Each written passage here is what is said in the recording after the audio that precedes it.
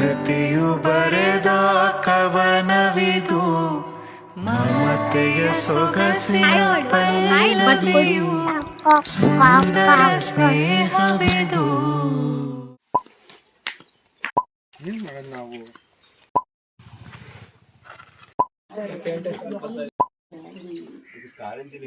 ಎಲ್ರಿಗೂ ನಮಸ್ಕಾರ. Welcome back to our YouTube channel. ಈ ವಿಡಿಯೋದಲ್ಲಿ ರಂಗನತಿಟ್ಟು ಬರ್ಡ್ ಸ್ಯಾಂಚುರಿಯಲ್ಲಿ ನಾನು, ಇಂಪನ ಹಾಗೆ ಪ್ರೀತು ಏನನ್ನೆಲ್ಲ ನೋಡಿದ್ವಿ, ಹಾಗೆ ಇಂಪನ ಎಷ್ಟು ಎಂಜಾಯ್ ಮಾಡಿದ್ಲು ಅಂತ ನೋಡೋಣ ಬನ್ನಿ. ಮೊದಲಿಗೆ ಪಾರ್ಕಿಂಗ್ ಫೀಸ್ ಬಂದುಬಿಟ್ಟು 70 ರೂಪೀಸ್ ಇತ್ತು.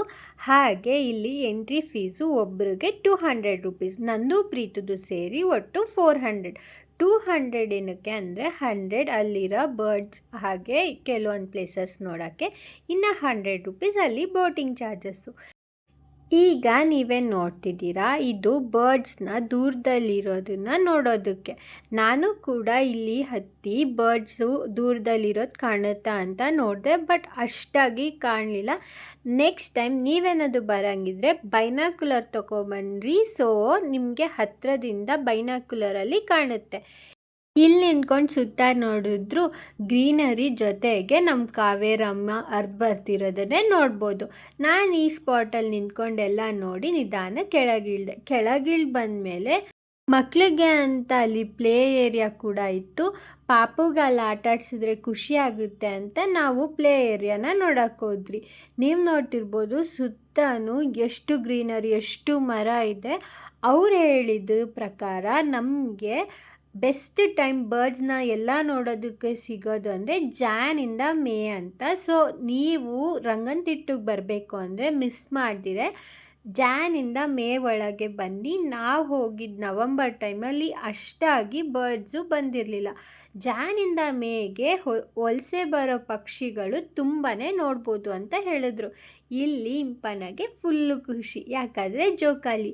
ಅವಳಿಗೆ ನಾವು ಸಾಮಾನ್ಯವಾಗಿ ಪಾರ್ಕ್ಗೆ ಕರ್ಕೊಂಡೋಗಲ್ಲ. ಈ ಥರ ಹೊರಗೆ ಬಂದಾಗ ಅವಳಿಗಿದು ಹೊಸ ಎಕ್ಸ್ಪೀರಿಯೆನ್ಸ್. ಹಾಗೆ ಇಲ್ಲಿ ಪಕ್ಷಿ ಮಾತ್ರ ಅಲ್ಲ, ಹಲವಾರು ಮೊಸಳೆಗಳಿದೆ.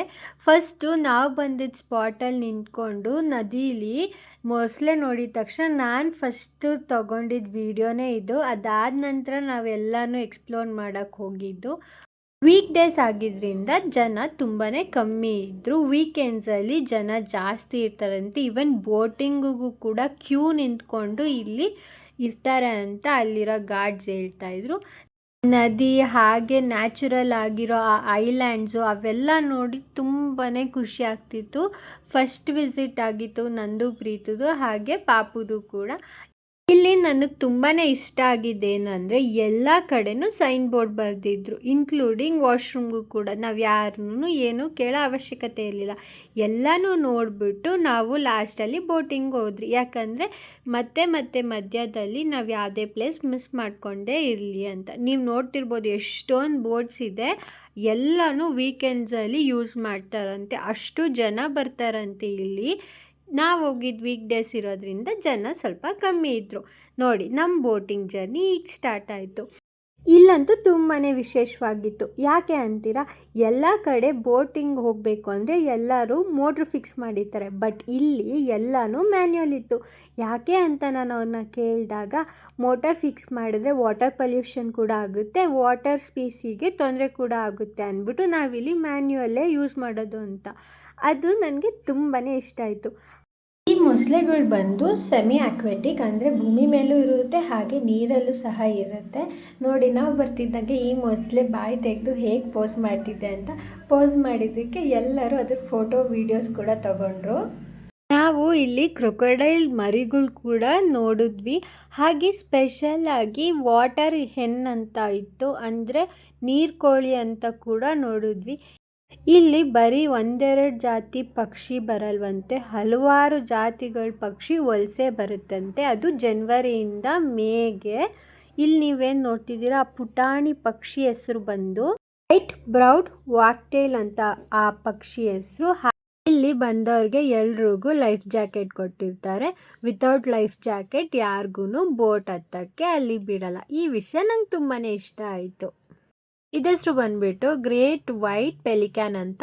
ಈ ಪಕ್ಷಿನೇ ಎಲ್ಲ ಕಡೆನೂ ನಾವು ನೋಡಿದ್ವಿ, ಯಾಕಂದರೆ ಈ ಪಕ್ಷಿಗಳು ಈ ನವಂಬರ್ ಟೈಮಲ್ಲಿ ಹೆಚ್ಚಾಗಿ ಸಿಗುತ್ತೆ, ಹಾಗೆ ಅದರ ಸಂತತಿನ ಹೆಚ್ಚು ಮಾಡ್ತಿರುತ್ತಂತೆ. ನಮ್ಮ ರಂಗನ್ತಿಟ್ಟು ಬರ್ಡ್ ಸ್ಯಾಂಚುರಿ ವಿಡಿಯೋ ಇಷ್ಟ ಆಗಿದ್ದರೆ ಒಂದು ಲೈಕ್ ಮಾಡಿ, ಹಾಗೆ ಕಮೆಂಟ್ ಮಾಡಿ, ನಮ್ಮ ಚಾನಲ್ನ ಸಬ್ಸ್ಕ್ರೈಬ್ ಮಾಡಿ. ಮುಂದಿನ ವಿಡಿಯೋದಲ್ಲಿ ಸಿಗ್ತೀನಿ. ಧನ್ಯವಾದ. ಸುಂದರ ಸ್ನೇಹವಿದು, ಎಂಥ ಅನುಬಂಧ, ಎಂಥ ಆನಂದ.